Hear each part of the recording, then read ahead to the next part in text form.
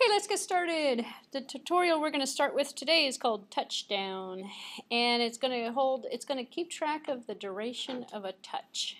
And then we're going to go from this to moving images with the touch. So it's different than the concept of moving jigsaw puzzle pieces, is what we did last time. This one is definitely different.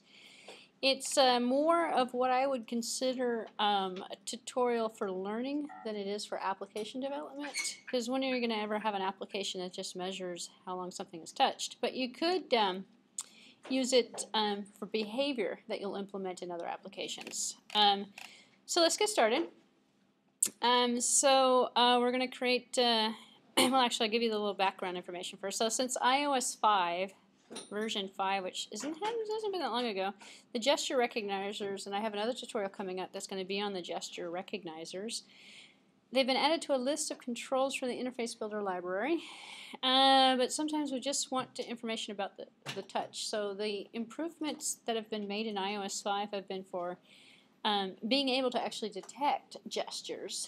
And so that's been actually moved into library components, so we can drag and drop and stick onto the window. We don't have to do that for the touches, though. The touches are just automatic. So we're going to pick it up from the CocoaTouch interface. This, the goal of here is to see how the touches are recognized and then be able to tell how long a touch is and compare one touch with another touch. Okay, so we're going to open up and create a new Xcode project and select the single view application project type. Don't need to use a storyboard. I call it touch duration. What did I call it? Touchdown originally? No, it's touch duration. Alright, so let's see. See if I can get as far as Xcode. And you have to forgive me, I'm thinking in Java right now. Spent the entire weekend doing Java programming, so my brain has not switched over to Objective-C yet. So let's see, I'm going to give it a name. I'm just going to call it TouchD. Touch duration, something like that. And I'm not using the storyboard, but I'm using automatic reference counting, and I'm doing it for the iPhone. I'm going to go ahead and click on Next, and I'm going to go ahead and create this project. And when I create this project, I'm going to have a simple screen that's going to come up that I'm going to add some stuff to. So let's see. So go ahead and take a look here. So the next thing we're going to do is choose our XIB file, our interface builder file.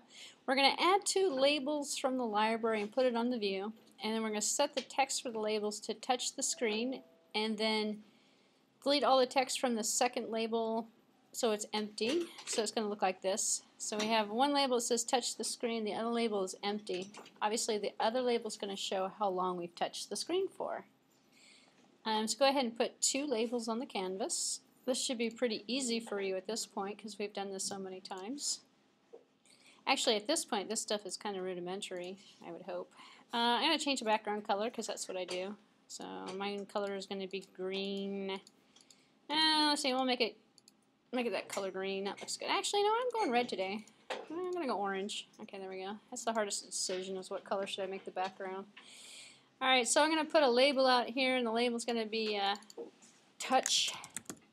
What does it say? Touch something? Touch duration? Oh, touch the screen. Touch the screen. Those are my user-friendly instructions I'm going to give my user. Alright, so let's see. Making the label a little bit bigger. I think I hear windows opening. What I hear? Doo-doo-doo. It's like, wow, that's kind of a weird sound for this class. Let's see. Center the label, make it a little bit bigger. Touch the screen. Okay. So let's see, the other one's going to be a label that we're going to stretch out that's going to hold down some information. So I'm going to actually kind of make the label a little bit bigger than it needs to be because I'm going to take the label away from it for a second, and we're going to write some stuff to it programmatically.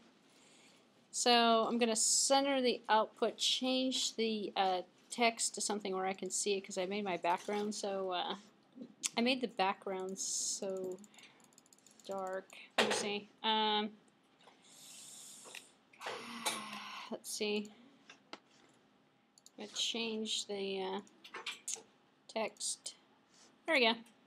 So now I'm going to remove this where it says label so it's empty. So I have this kind of hidden label here because when I touch the screen it's going to record how long I touch the screen for. Because the purpose is to basically get at the touch duration. How do you get that second one? Oh, I'm sorry? Oh, I just put a blank label out there. Oh, so you haven't done anything? Oh, I haven't done anything yet. Okay. No, I put one label that says touch the screen. I put a second label underneath it that I took the label away because programmatically I'm going to write a label. I'm going to set the label with the touch duration by capturing the touch duration. Okay, or hopefully we're there so far. Alright, so now we're going to open up the view controller. We're going to wire the two buttons as properties. One's going to be the label display, the other one's going to be the label time. And why do I want the display? Interesting. Let me just refresh my memory here. I don't think I'm going to do anything with it. So we'll just leave it alone. Actually, we're going to get at the label when you touch the label. So I believe that we're going to set the sensor to look at the label. But let's just take a look here. So let's see. I'm going to wire the two properties. The two properties are going to be UI labels, and one of them is going to be called LB display. The other one's going to be LB time. So let's go ahead and wire the properties. Da, da, da, da. Okay. It's okay. So this one's going to be LB label time. So I'm going to drag and drop this guy over here. LB time. And this one's going to be display. LB display. Alright, so I got my two button properties. I mean my two label properties, excuse me. And let me just make sure here, I only put two labels on here. Touch the screen, link text, and second. Okay, good, we're good. Okay, now we're going to create another property for an NSDate type and call it start time. So I'm actually going to just cut and paste this, but what we're doing is we're creating another property that's going to be of NSDate. We just looked at the date property actually, or the date format a few minutes ago. So that should maybe look familiar to you. So I added another property. It's not linked to anything on the UI, rather it's just a separate data component that we're going to use. Separate variable that we're going to use to update another label eventually. Okay, so we've added two outlet properties for the labels and the NSDate property from the start time. So this is all we needed for the application functionality to be implemented. So we're going to go to the .m file.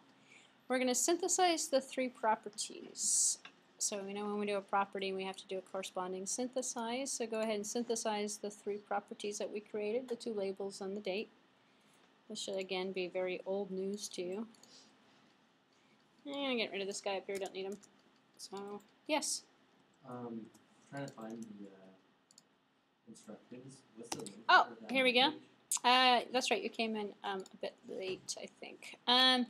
So the tutorial that I'm going over, for those of you, you're not the only one who came in. So for those of you guys who came in late and you want to find the PDF and the instructions, if you go into the iOS application development folder and go down to example projects, and on the bottom of this list, you're going to see touch duration.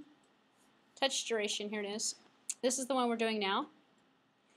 We're also going to do the send email, the Twitter, and probably this other touch one. These are very small ones. They're actually kind of easy, small ones for today.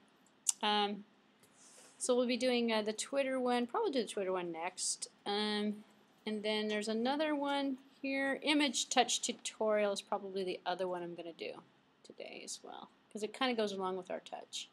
Instead of touching the background, we're going to touch images and then do something with the images. So it's just different than the jigsaw puzzle, by the way. The jigsaw puzzle was a move versus a touch control. So we're going to put a touch sensor in, essentially. Did that answer everybody's? We're all good? Okay, good. So. Alright, so now I'm going to switch over to the viewcontroller.m file.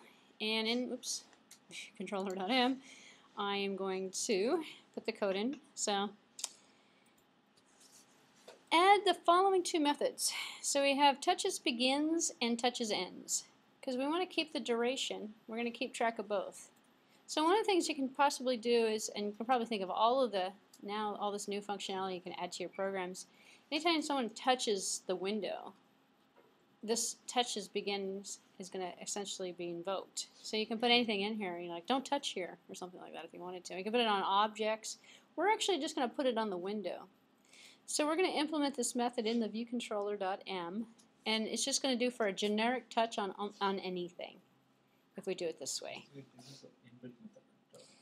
It's inherited method that we're overloading actually, because it's touches begins and then touches ends. So touches begins is going to take into account, so if touches count is equal to 1, then start time, and then touches count is basically going to be a counter for us on the begin.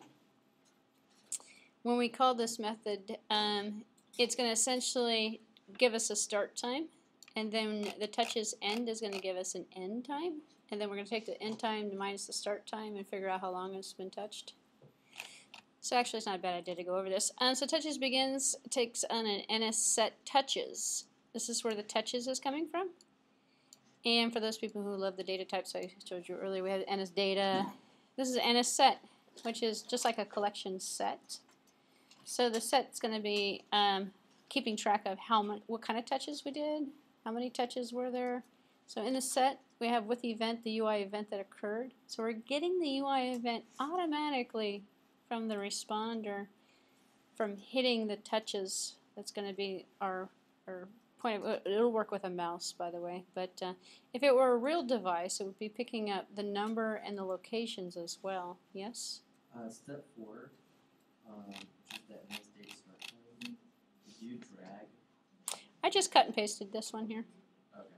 And I just stuck. You want to stick this one in the .h file. So the .h file has an estate start time in it.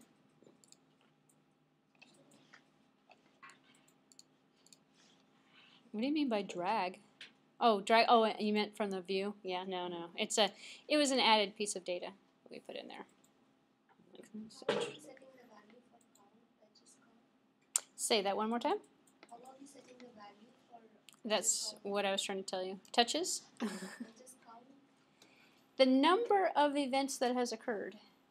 So we have a set that's going to come in that's going to give us the number of touches.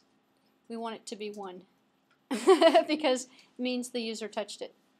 So as I was mentioning before, this method is overloading the built-in functionality that we get on the view controller on the events-driven behavior for touches. There's two methods we're going to be using. This is the method call. Touches count is equal to 1, right? So touches count is It's a variable of type NSSet. The name of the variable is called touches. It's casted to an NSSet data type. We're getting it from the event that's coming in. So we're capturing the event. With the event that's going to be the touch. So with an event, we have a set of touches that's going to be received by, this is an observer, but actually a good example of an observer. This is an observer object. It's the event object. One of the built-in observers for the platform. And touches is going to essentially be hopefully equal to 1 because we're going to count touches. If it's 2, does it mean a double click? It would mean a double click, you're right. Actually, or it would mean more than 1 touch. Actually, no, there's 2 each touch is registered in a set. So you'd have to dissect it out to see exactly what behavior, and that's actually one of the most difficult parts. You can pick up a double tap by going, well, you're going to have 2 of them in there. You're going to have 3 finger touch, 1 finger touch, but I believe this was stripped out to single touches. So if you put 3 fingers down and you touch all at the same time, it's going to pick up as a touch. If you put the mouse down, it's going to pick up as 1 touch. If you touch it twice, you're going to have 2 touches. They're all going to be sent to the same event. And when the set of touches, because the set, we're just interested in the occurrence of an entry into the set. The set has information in there that we're going to use. And one of the things we're going to do is just at this particular point, we're going to, in a later tutorial, we're going to see where was it touched, what location was it touched at X, Y, Z coordinates on the grid. Yeah. So this these methods can be used only on label, or it can be used on button. This is not being used on anything but the background. We put it in the view controller. It's running on the window. It's being set on the window. It's not attached to any button or label. So you can attach it to a label or to a button, or to you actually have it automatically on a button. Yeah. All you have to do is get the touch event of the button, but actually you have it automatically on a label too. So this is just used for the window. So we're going to get the self.start time. We're going to set a start time, and that's the variable that we created in the .h file. That's going to be equal to an NSDate that we're going to call. Well, we're going to get a date from NSDate and have it equal to the start time. Now that we just went over in the previous class, so that was pretty good here. Now touches end means we picked up the finger after we put the finger down. It's a different event. You touch and then you stop touching. It's just like all the different touch up inside, touch outside, touch down that you can pick up on a button. You can do the same thing. You can get the touches end, touches start.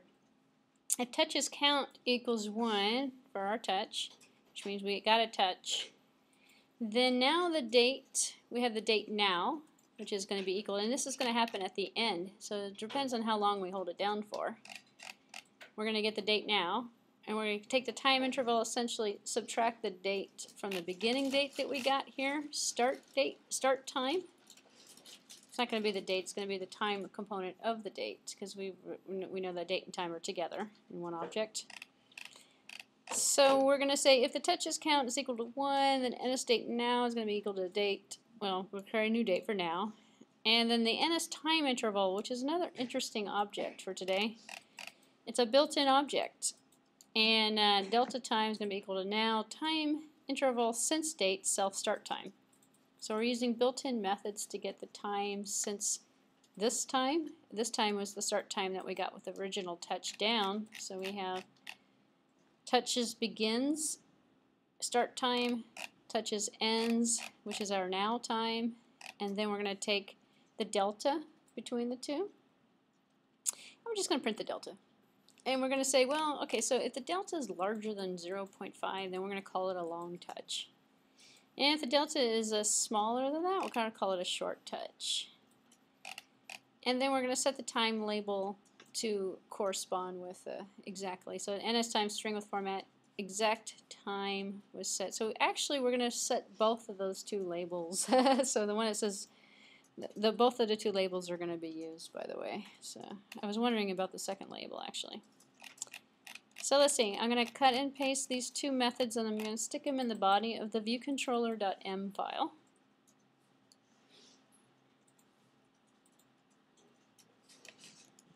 And test it out. Oops, not this one. This one. Too many things on this computer. Viewcontroller.m file. I'm actually just going to stick it at the top, right above the view did load. And hopefully it will paste correctly, and it did, which is good. Having much better luck pasting this week. So this is the same code we went over. I'm not going to worry about formatting it. At this point it worked, so I'll just leave it alone. So after synthesizing the properties and adding the two buttons, the touches begin with the event and the touches ends with the event are going to be triggered. And so in the touches event, after verifying that only one finger is involved in the touch, which is our one finger, so we're getting number 1 here, we simply obtain the current time. And then the touches end, we take the current time, we calculate the time between from the now time to the current time, and we use the time interval since date method. So this is basically what I just went over a few minutes ago with you. So in the view did load, we can release both of the labels. Why do I want to do that? It's a nice way of doing garbage collection. The labels are strong, by the way. So let me talk about that for a second here. We could release them. I'm not going to release them for this example, but we could release them. And what do I mean by that? Actually, our labels were probably weak. Our labels were weak. If these labels were strong, means they're never going to be garbage collected, which means after the program, this screen ends, it's still gonna, these labels are still going to hang out. It's still going to hang around, which means we could release them, which means get rid of them automatically, but they're weak, so we don't have to worry about it. The old default, so you can ignore this. This is an old tutorial. I'm not going to do it anyway because they're not strong anymore. They were made weak, so they are automatically garbage collected. So when you run the program as expected, not only does it inform the user that touches was long and short, but should also give you the exact time of the touch. So this is the output we're expecting. So let's see if that actually works. I think from this one we'll go into the image touch tutorial next because it's a good transition. So.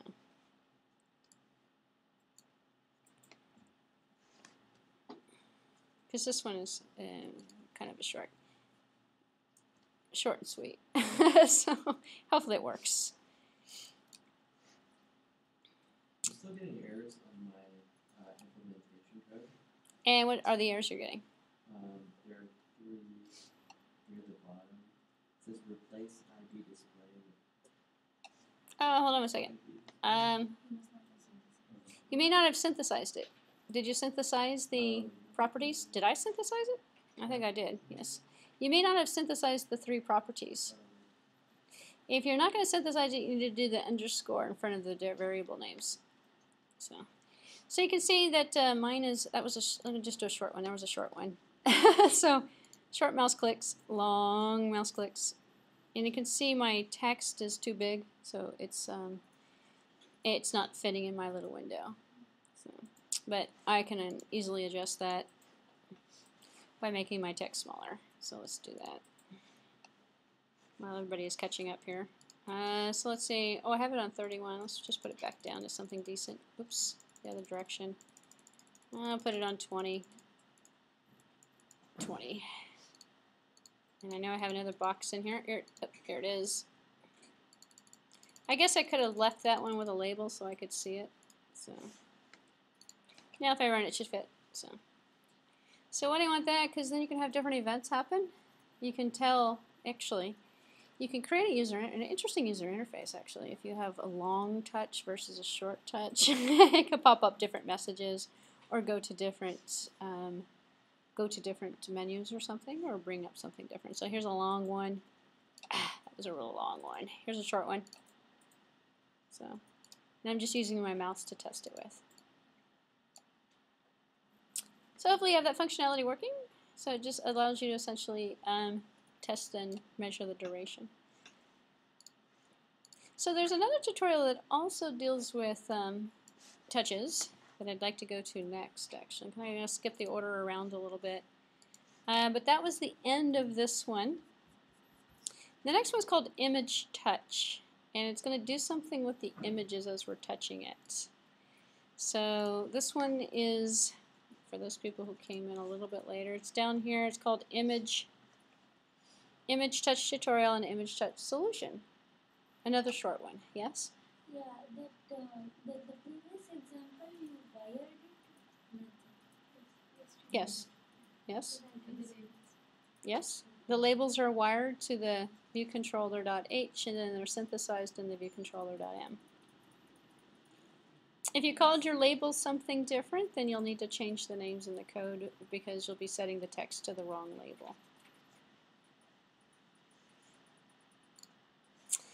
Okay, so moving right along, I'm going to throw away my touch duration and clean my desktop a little bit here.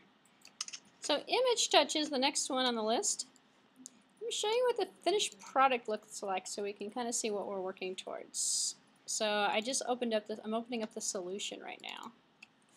And I'm going to wait for it to load in my simulator. I'm actually going to kind of test it. It's one of the older, probably one of the oldest ones that I have. And so it was made for us, it was set on my iOS device. So I'm going to go ahead and run it now so we can kind of see what it looks like. You might have to change the device. I just had to do that when I ran this because I had it set on my device. So we have some images in here. We have a monkey in here. So there's it's a stolen monkey. Oh, this is an iPad. I don't want the iPad. Well, we've got an iPhone and an iPad simulator. So touch status label, and then we have a monkey. So it's got a touch begin, a touch drag, touch stop, I have a push. It's going to move the entire view for us.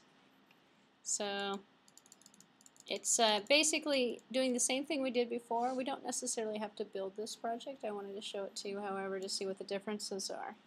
We do have this moving of it bounces, well, once it bounces it once, it doesn't reset the screen, so it's having a problem with the screen. But it's doing the same thing we did before, but on the image.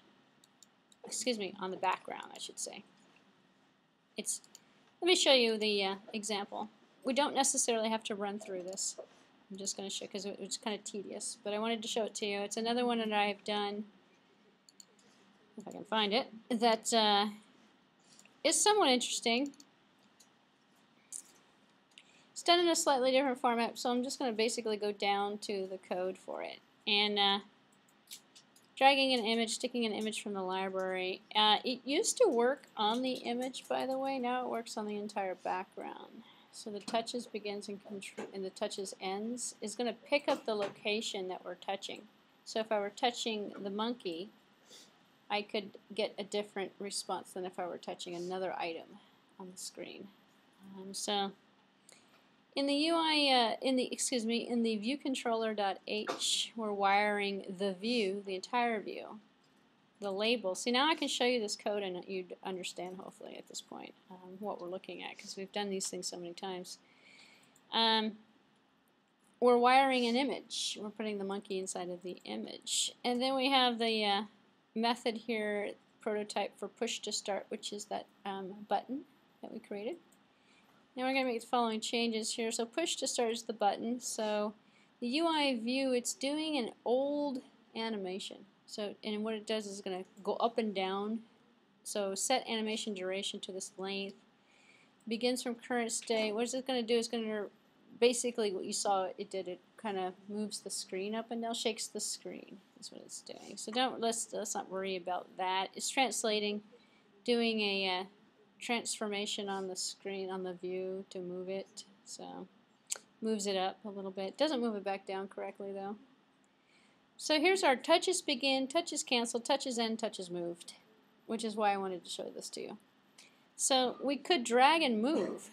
So we can have a drag detect. This example is not really doing anything outside of what the last example did. But it's showing you the canceled part, the ended part, the ended touches move part. So we could drag items, so we could actually kind of make a better jigsaw puzzle if we wanted to, and drag the items and then do something to it. But we used a touches move, by the way, on the jigsaw puzzle we created a couple weeks ago.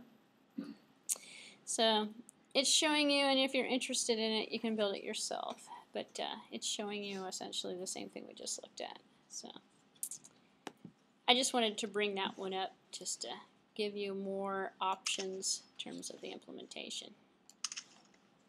Okay, the next one I want to look at is the moving ball. What is that? I just cancelled. It's the event in which you've canceled the touch. It's too quick. So you can start, stop, or cancel, meaning you're not going to detect it anymore. It's an event that says, get rid of it. Or a quick touch that wasn't detected. Like you can actually measure, you can actually make the touches cancel and not detect a small touch, like a swipe or a touch that wasn't really intended to be a touch, depending upon how long the touch was. So, moving ball. Let's take a look at moving ball and kind of see what this looks like, because we're now into the set of tutorials for animation and touching. And so I need to change the moving ball device to an iOS 6.1 simulator here, or any simulator outside of iOS device, because it was actually originally, oh, this is another iPad. Oh well. Probably should put it on iPhone, but let's see what happens. Maybe it'll come up. It's an iPhone application, so it'll come up in a little box again.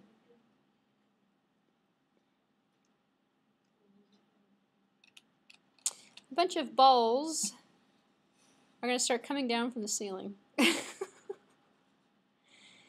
know, like the lava lamps, or like the screensavers. It's a bunch of moving balls. We have a little flicker going on. It's actually not part of the iOS app. It works just fine on a device itself. It has something to do with the emulator. It's refreshing the screen too much, so it's distorting. I'm sorry? The animation. Yeah, it's not an intended animation. Yeah, it's intended animation, and it's like for the, whatever. I'm too tired today for that. Alright, so what do we got going on here? Let me go take a look. In moving ball, we can actually build moving ball. But moving ball is really easy, actually. So this is, I'll let you move. I'll let you create moving ball on your own. We don't necessarily need to move. We don't necessarily need to create this one to see it. Because it's like 2 pages long. It's just one method. So let me talk about the method and see what's going on in here. So we're essentially adding some code. We're not actually doing anything to the UI. If we look at the project, let me open up. Actually, I'll just create it real quick here so we can see it work. So you can optionally do this as well. We're going to need an image for this, so you can move anything you want. So think about an image that you might want to use. I'm going to create a new Xcode project. It's going to be a single view application. I'm going to call this one Move Ball. So this one's so simple we can just do this one quickly here. And I'm just going to start on the desktop.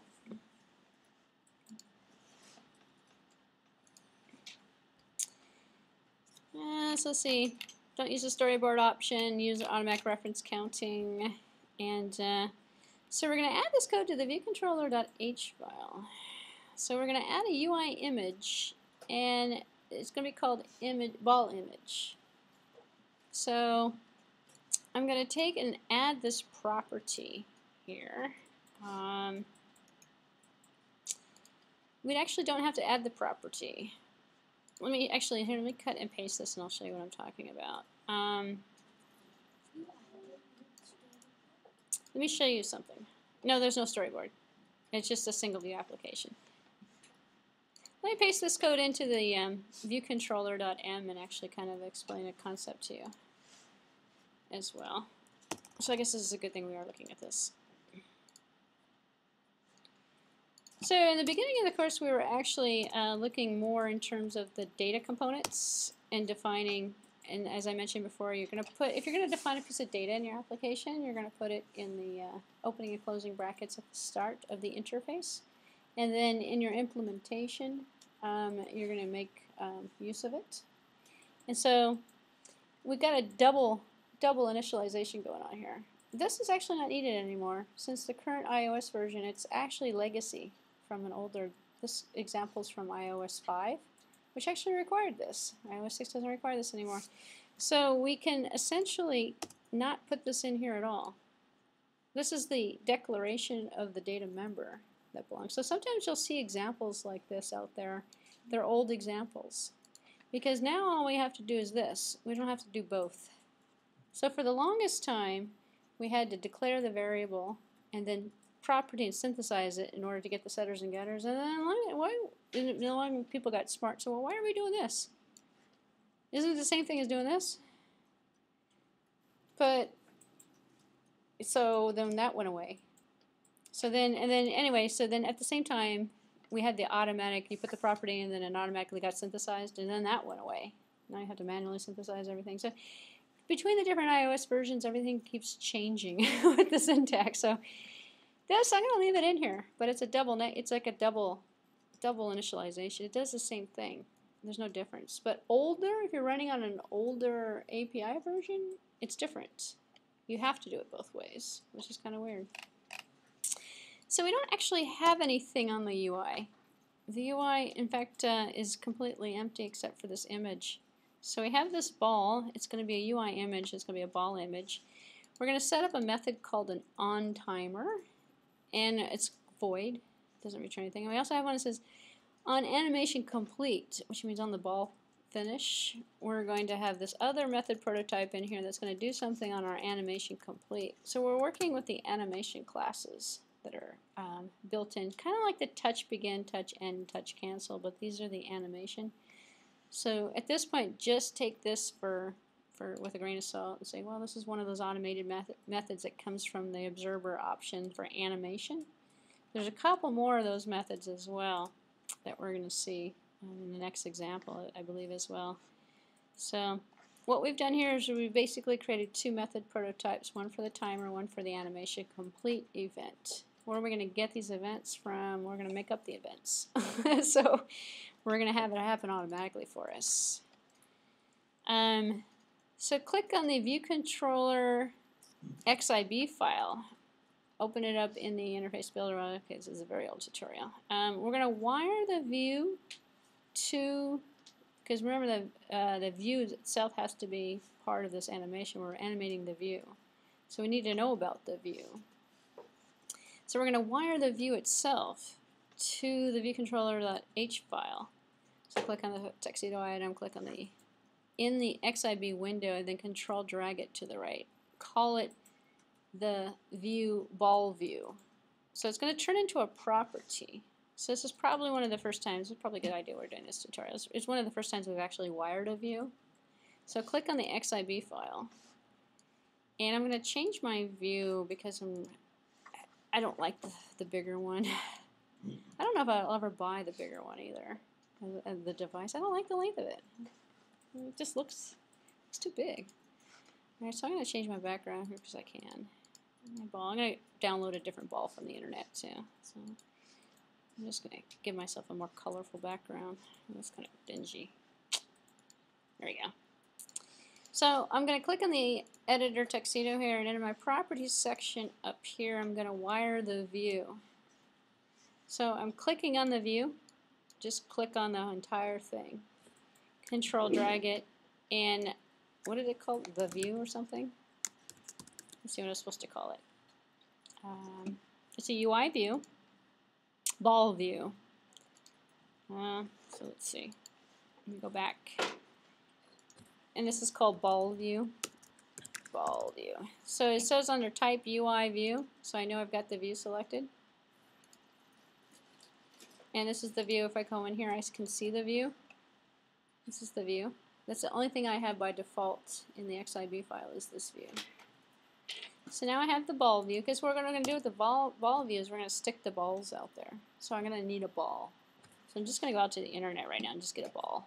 Because I don't like that other ball that I have. So I'm just going to go to Google. I'm just going to say download ball. Download ball.png. Let's just do that. Here's a, oh, actually some good balls here. I'm going to take this basketball here. It's kind of big. Let's see what I meant. Let me steal a ball from here. There's 537 free ones here. So I'm going to take the tennis ball. Maybe there's a golf ball. I don't know. I don't want to get too carried away with the balls here. Here's a golf ball. All right. You can pick. Oh, you want the ball next to it? This one? The third one? This one? You want that ball? Pick a ball. Get a ball. This one's going to be a bigger ball than the ball they had before, I think. So I'm going to save it on my desktop as ball.png. There we go. I found a ball. You're going to need a ball image for this project. Excuse me? I don't think it has to be, actually. I think it'll work anyway. We'll see what it looks like, actually. It'll be a good experiment. Here's the other ball that I had. It was a golf ball, actually. So if you want to use the same ball, you can use the ball that was in the project itself. I don't believe the ball was transparent, but let's see. So now I'm going to drag the ball and stick it in the project. So we have the ball here. I'm going to move it in here, copy it in. So I have ball.png in here. I don't know where that was in the instructions, but I'm sure it's going to come up soon here. Optionally change the background if you want. I did that already. You can see the color being changed by the source code. Okay, yeah. So now we're going to edit view control. Oops, missing the er.m. And in the view did load method. So the view did load method, we're going to set the background color, load the image, and then set the timer. So add the following methods to the source code to leave the existing code in place. Synthesize ball image. That's a no-brainer. We have one property we need to synthesize here. Do we have other properties? We have these properties, UI image, ball image, UI image, ball view. So does it want us to synthesize the ball image? It does. Okay, so let's synthesize the ball image as we're going to use it. This is interesting. Why are we not synthesizing the other ones? Let's see. I could have just left it out, but let's see. So now we have the ball image. We're still some of the properties we didn't synthesize, so I'm going to see what's going on here. Maybe we're using the underscore version of it. No, we're not, actually. Okay, so now what we're going to do then is add to the viewDidLoad method the background color selection. Don't necessarily need to do that. I've already changed the background color manually, but I'll put it in here anyway. We're going to set the ball image to ball.png. So if you called your image ball.png, you're going to be in good shape. If not, you're going to need to change this image name to match the name of the ball that you dragged and dropped into the project. If it's not a PNG, you can take a JPEG or a GIF. It takes all types of images. So now we're going to create an NS timer, which is going to be used for our schedule. So we're going to schedule timer with time interval 0.08. So we can adjust the time if we want to make it slower or faster for our balls. And we're basically going to move the ball. And we're going to move the ball so it gives us that downward kind of look to it. So the target self-selector, selector on timer. So we're putting the timer on self so we can keep track of time. And then we're going to add an onTimer implementation. So I'm going to put this here in the viewDidLoad, which is going to initialize our timer. So I'm just going to cut and paste. Or if you want to, you can replace your viewDidLoad. There's nothing in the viewDidLoad by default. So I'm going to move this over and make this screen a little bit easier for me to see. And paste the code in here.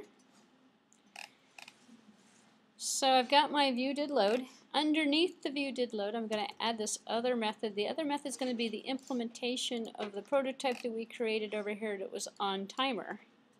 So onTimer is going to be responded to from the viewDidLoad, because when the viewDid loads, the selector is onTimer.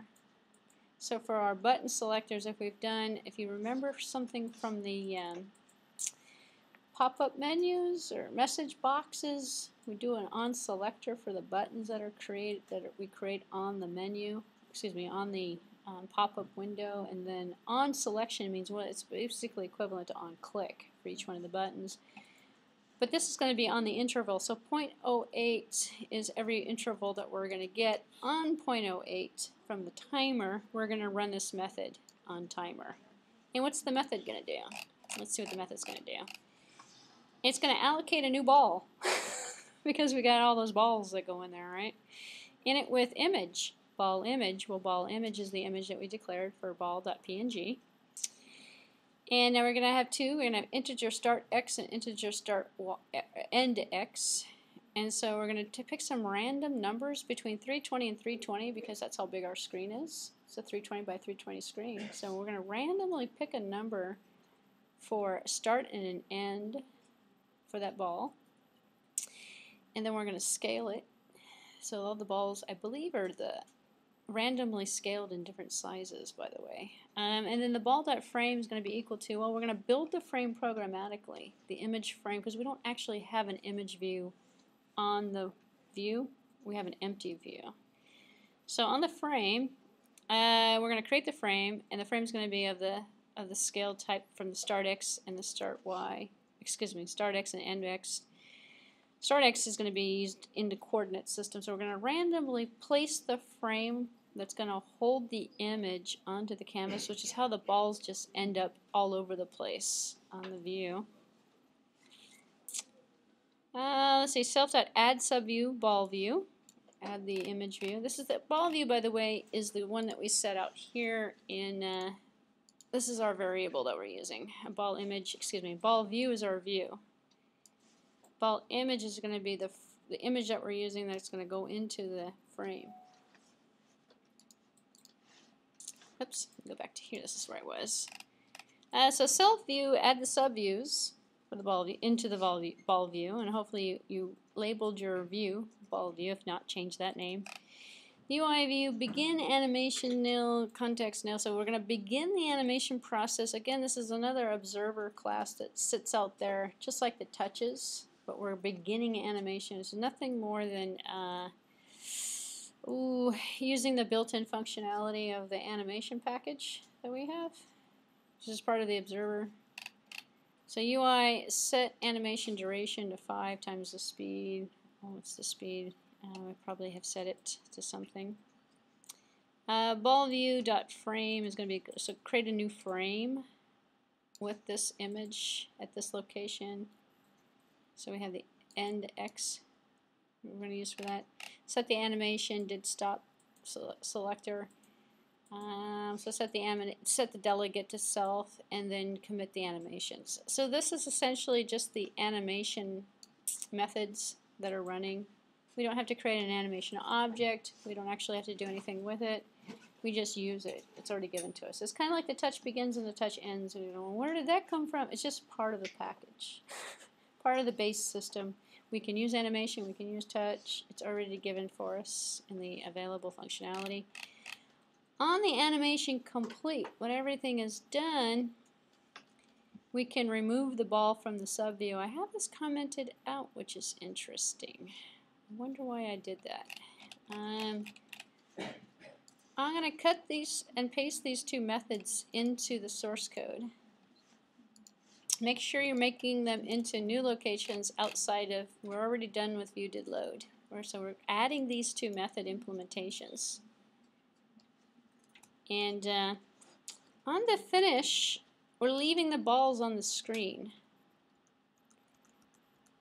If we remove the balls, I'm going to run it twice and remove that comment. I'm not quite sure why I have it commented out, actually. What happened here? Expected. I removed. No. Here, let me just do this. My backspacing removed something. Did I? Oh, okay. Edit, undo. The backspacing one doesn't work. Oops, you know what though? It's a Control Alt. Let's say Z. There we go.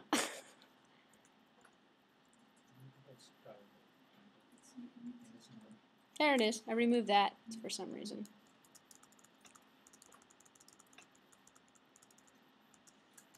There we go. Okay. So I'm going to run it twice, and then I'll remove that line. I believe this is, I don't know if that works or not. I don't know if we're going to be able to remove it, but let's see what happens here. So at this point, we should be able to run it and see random. This is a bigger ball, so I wonder it'll shrink down into the size that's specified for the view. So because we did specify the size of the frame that we're loading the balls into. And I did set the purple background to another background, so it's probably going to be a clear background, but we'll see what happens.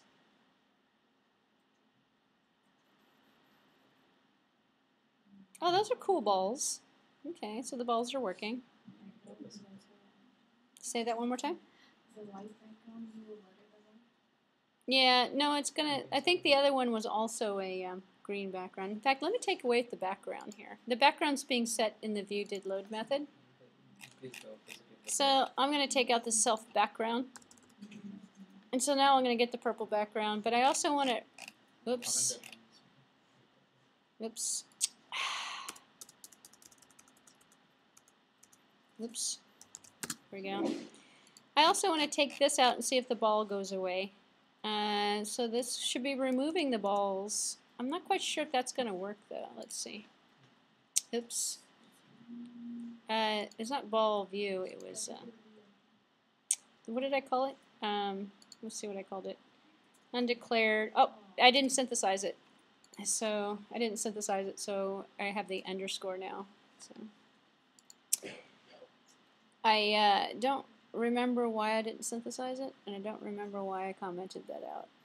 But we'll see in a few minutes what the effect is. It should be removing each one of the balls, but maybe it removes it before it's displayed, or no, it should remove it after the animation. Maybe it doesn't go down to the bottom. No, it's not working is what the problem is. Oh, it removed it all. As soon as one set of animation completes, it removes it. So we don't want it to remove. In fact, here's what's going on actually. To tell you a little bit of mystery, I think I've actually figured it out. In terms of what's happening with the flickering, it's running out of memory. We're not doing any removal, we're adding image after image after image after image after image. It's like a recursive call to images. So eventually the screen's going to start flickering and the whole thing's going to die eventually. So what we should do is garbage collect it.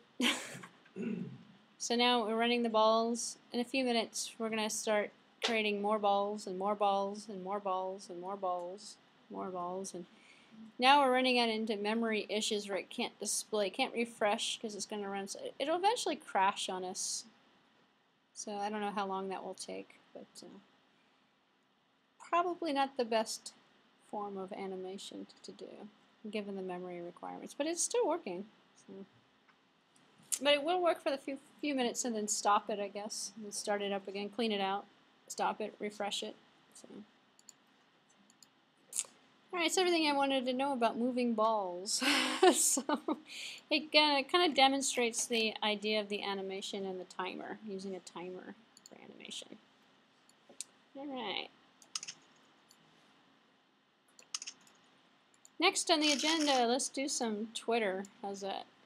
Most people want to know how. Okay, so the reason why this Twitter one is in here is to show you how to use frameworks. And what we're going to do is create a project, and then we're going to add frameworks to it, and then make a call to the framework. Twitter takes 5 minutes to put together, believe it or not. It's not that hard. You'd think, oh, Twitter, you know. It's actually, you can send a tweet from your application in as simple as 5 lines of code. So this is why the frameworks are so popular.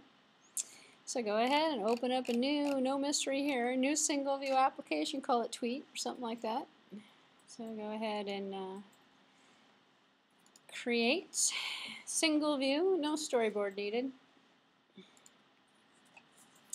I'm going to call this one Twitter demo, because I don't know what I have on the desktop actually. And I'm going to make it for the iPhone, and I'm going to press next, and I'm going to press create. So we have Facebook is a little bit more complicated because you have to register your device and you have to have a Facebook account. I actually don't even have a Twitter account, but mine's going to work anyway. If you have a Twitter account, you're in luck. But you have to set the simulator up to work with your Twitter account. So if you have a Twitter account and you have a phone, put it on your phone. It's a functioning app. You can send a Twitter, a tweet, whatever you call it. I don't Twitter, so this is the concept is completely lost on me, but I still know how to build it. You can tweet from your app, so you can have an option that says tweet something, and you can actually take something from a label or a result or something. You know, actually, you know, I don't know why people tweet so much, but you could just have it automatically tweet if you wanted to, so you don't have to tweet. So, all right. So the first thing we're going to do is add the Twitter framework. So you can do this with Facebook, you can do it with Twitter, you can do it with anything out there that has a framework, and there's a million frameworks out there. So this is the thing, when I teach the workshops, everyone wants to know about the frameworks. I'm like, oh, that's not really programming, you're just using the frameworks. Okay. So here it is. So we're going to link a binary with the library. We're going to go into build phases. This process actually changed over the last couple of versions of the iOS. The libraries are all updated now, so make sure you got the current stuff because it works a lot better. There's older libraries of the Twitter stuff that doesn't work so hot. So click on build phases. Build phases, which is the second to the last one from the top. How did I get there? I clicked on the project over here in the Project Explorer. Brought up this little menu up here. See where it says linked binary with libraries. Open that up.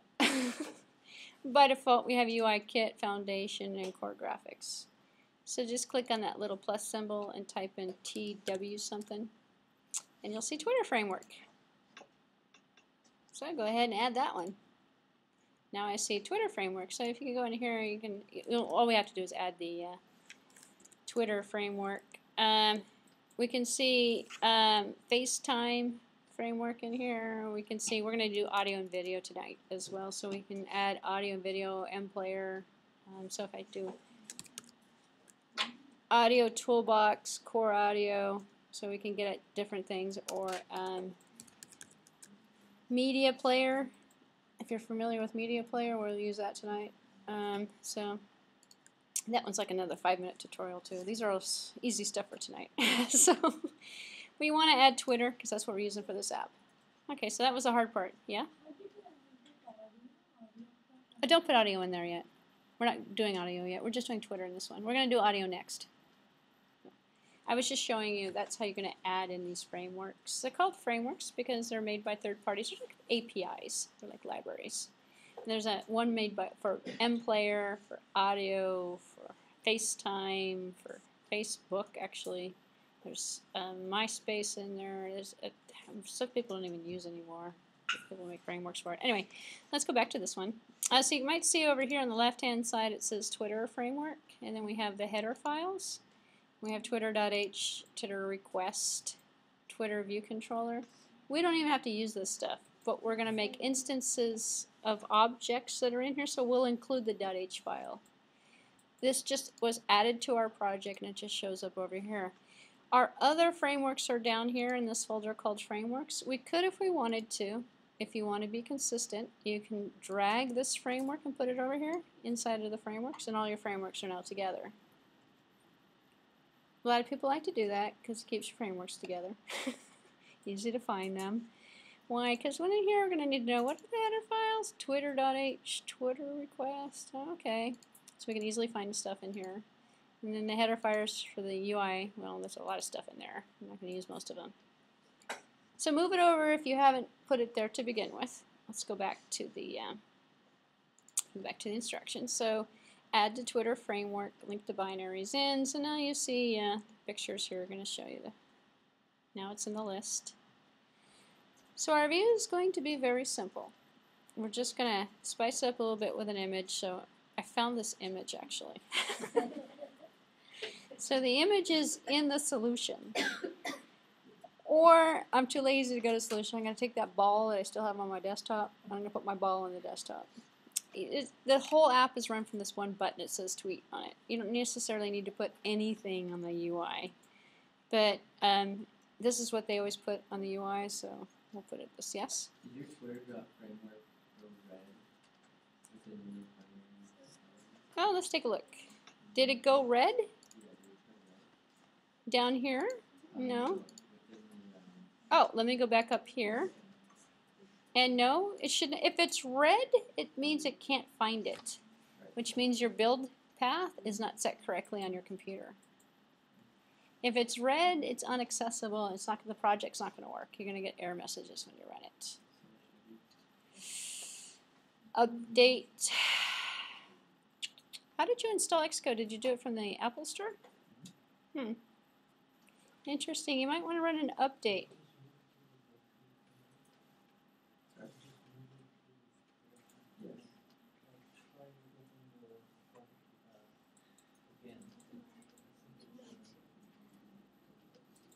Did it turn red after you moved it?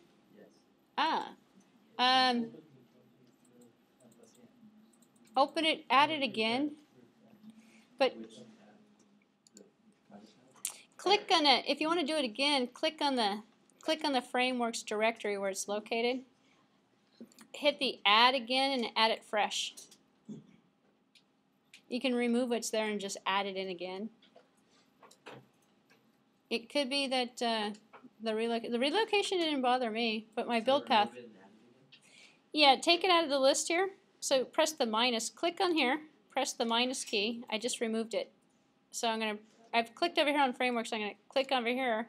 And I'm going to add it again. So, okay, good. Now I have to put mine back. So now I have it back in, and it's still over here. So it fixed it?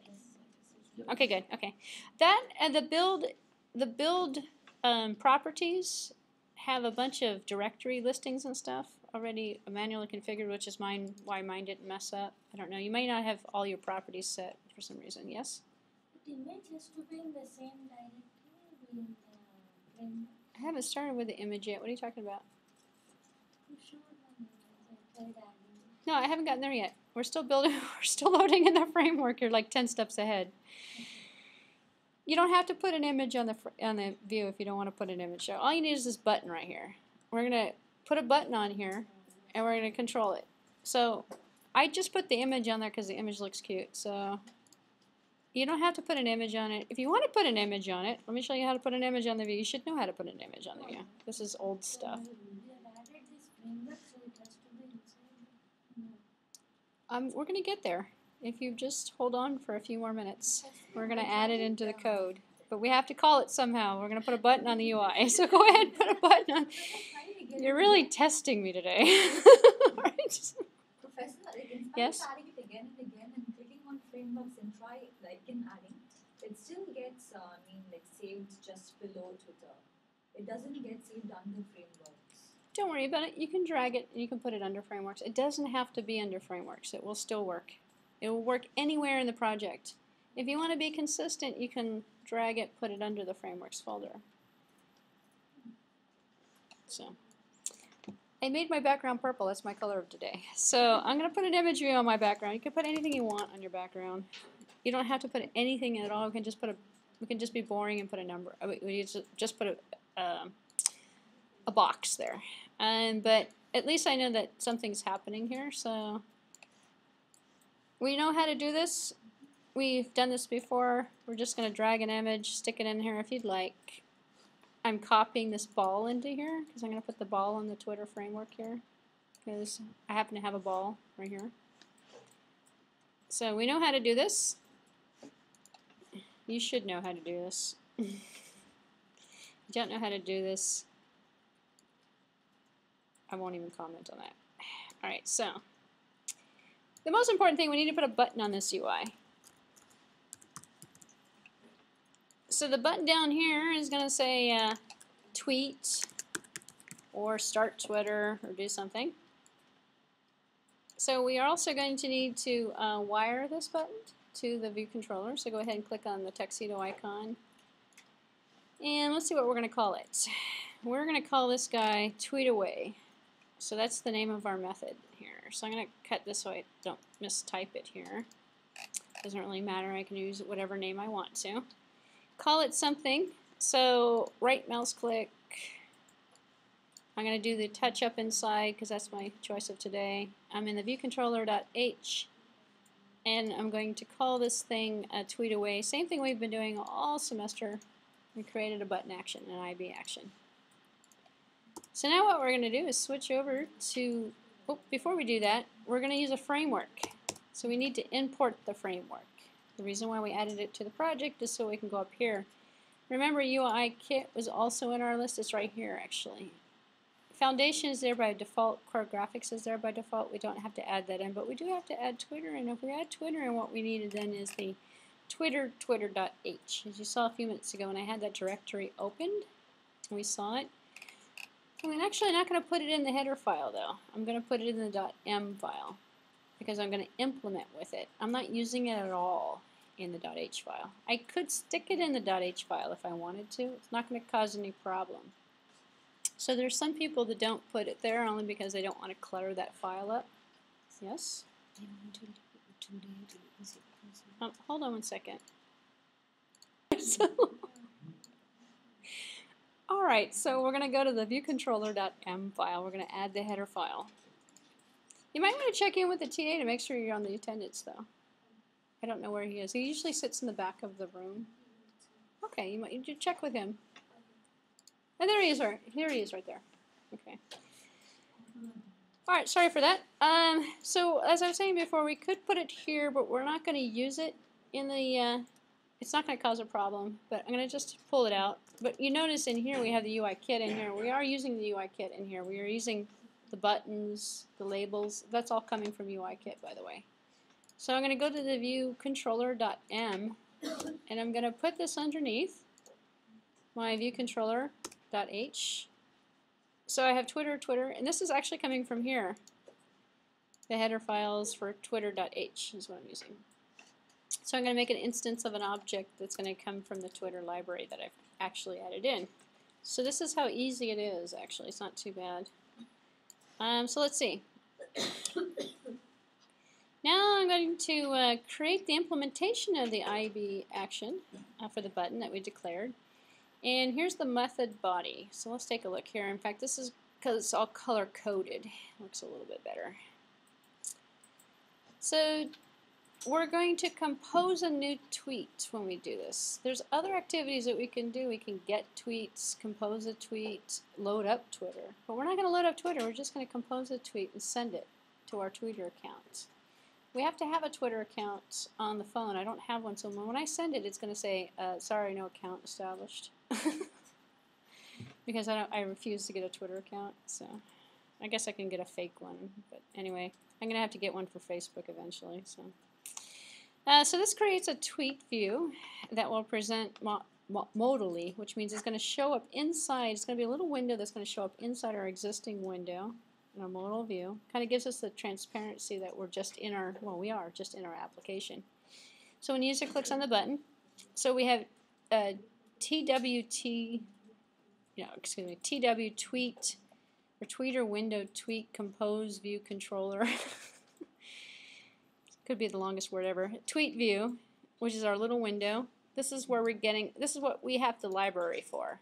So we're going to alloc an init, so we're going to bring up a new instance of the view window that comes from a new tweet. Set the default tweet to show in the window. So here's the tweet from your app. It's going to be the text that you're going to send in this tweet. So set initial text. Also in the tweet view, because we're calling it tweet view, you can call it anything you want. We're going to add an image. Well, that was the image here. So if you don't have an image, this is the reason why I wanted to put the image. It's going to attach the image. So it attaches a link to the image. Yeah. So if you don't have that image in there, take this line out. If you do have an image in there, you dragged an image in there, change it to your image name. Mine's going to be called ball.png. Mine's going to be called something different. So when I cut and paste the code in, I'm going to change the image. It's going to send our image as an attachment. So add image, and we'll see it. We can just pull it out. We don't need to add an image if you don't want to, but this shows you how to do it. It's just a demo, which is why I put the image on there. And then you can also add a link in the tweet. And here's a link here. You don't want to add a URL, don't add a URL. I put a link in here.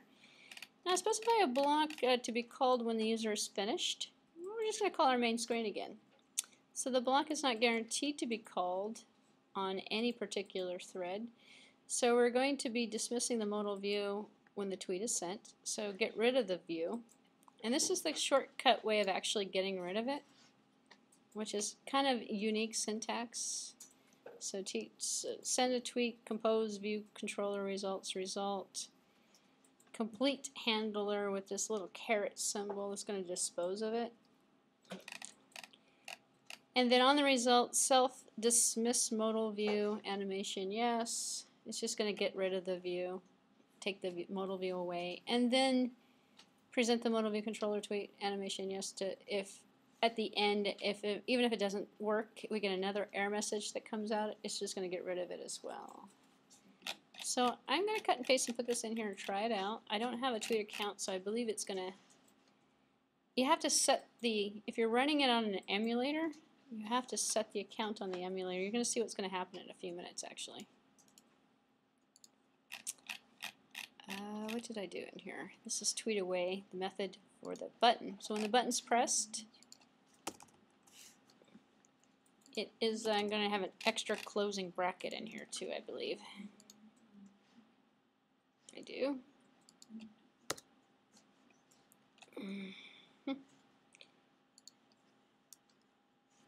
And I have some interesting comment wrapping. And let's see, this image doesn't exist, so I'm going to change this image with ball.png. And I'm going to see what this is going to say. Probably something about being depreciated. Yeah. Don't worry about it. It's the older library, and I updated my newer iOS to 6.1. If you're using 6.1, you're going to get depreciation error messages. Not to worry. This is also going to be a depreciation error message. Yeah, depreciated. Yeah, depreciated in 6.0. And I have 6.1. So, okay, whatever. I could change the project type back to 6.0, get rid of the messages, or I could just leave it on the 6.1. And so, for those people who are concerned about the message, let me just show you what I mean. If you click on the project itself, come on up to the top, click on the Summary tab. You have the deployment targets. You can switch it to 6 instead of 6.0. Then you can create a new, this is actually a new configuration, so I can, I don't have the newer ones, I don't have anything installed with the 6.1, so I'd have to install the other ones if I wanted to run it, so I'm not going to do that. Instead I'm going to put it back on 6.1, which is the one I have installed. So if I run it, let's see what happens. Crash bang. How did you fix the error message? Regarding Oh, you have to put a line return in after the comments. So in the code, when I pasted that code in, hold on one second, let me find the code again. For that method down here, there's a big old comment, and then underneath the comment, you have to make sure this line is not part of the comment. Tweet view. So when I pasted it in, this got word wrapped up here, like that. You're not going to get rid of the depreciation messages unless you downgrade back from 6.1 to 6.0 on your emulator. If that doesn't work for you, cut and paste it out of the solution project and it should work for you. Yeah? What's that sign on your tweet view? It's a caret symbol. So what does it mean? That's what I was trying to say before. It disposes it. It tells it to garbage collect. So complete handler, it's the handler symbol that's going to say for the view controller result, it's going to dispose of it. So it's like an automatic removal. Like a release, actually, but without running a release. If you run a release, you're going to get an error message. The release is going to essentially trigger an error because you can't, unless you turn off automatic garbage collection, and then you can use it. So I'm going to click on my tweet button, and I'm going to get, oh, no tweeter accounts. There are no tweeter accounts configured on, but you can see in the background it's actually loading my image. So I put the ball in there, and it says this is a tweet from my app, your app, and then here's the image. And then underneath it, here I'll do it again so you can see before the error message comes up, has the URL under there too, but I can't. Set up an account. No, I'm not going to set up an account. It's better than Facebook. You have a Twitter account? Oh yeah. Well, for those people who have a Twitter account, you can sign in on the emulator with your Twitter account. I'm not conformist. I don't have a Facebook account. I don't have a Twitter account. I don't have an online presence. So, yes, I'm sorry. You have a question? I'm having some errors. Okay, let me stop this. I'm gonna take a few minutes to troubleshoot some error messages, but everybody else pretty cool so far. Some people have it working. Okay, good. This is a good segment to take a short little